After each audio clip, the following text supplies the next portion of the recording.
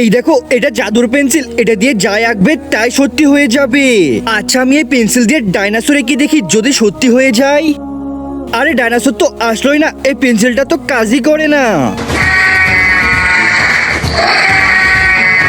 আরে তুই এটা কি বানিয়ে ফেললি? আরে আমি জানতাম না যে তোর ওই পেন্সিল দিয়ে ডাইনোসর আঁকলে ডাইনোসরও সত্যি হয়ে যাবে, কিন্তু ওকে শেষ করব কিভাবে?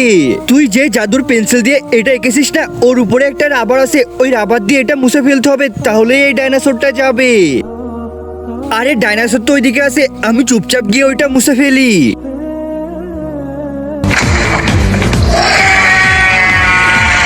আরে তাড়াতাড়ি মোস, ডাইনোসর তোর দিকে আসছে। একজন মা কতটা আপন হয়, যাদের মা নাই তাদেরকে জিজ্ঞেস করো। তাই আজকে যারা মাকে ভালোবাসো তারা একটি লাইক আর একটি সাবস্ক্রাইব করে দাও, আর যদি না ভালোবাসো তাহলে এই ভিডিওটা থেকে দূরে থাকো। যাক, আমরা বেঁচে গেছি, ডাইনোসরটা চলে গেছে।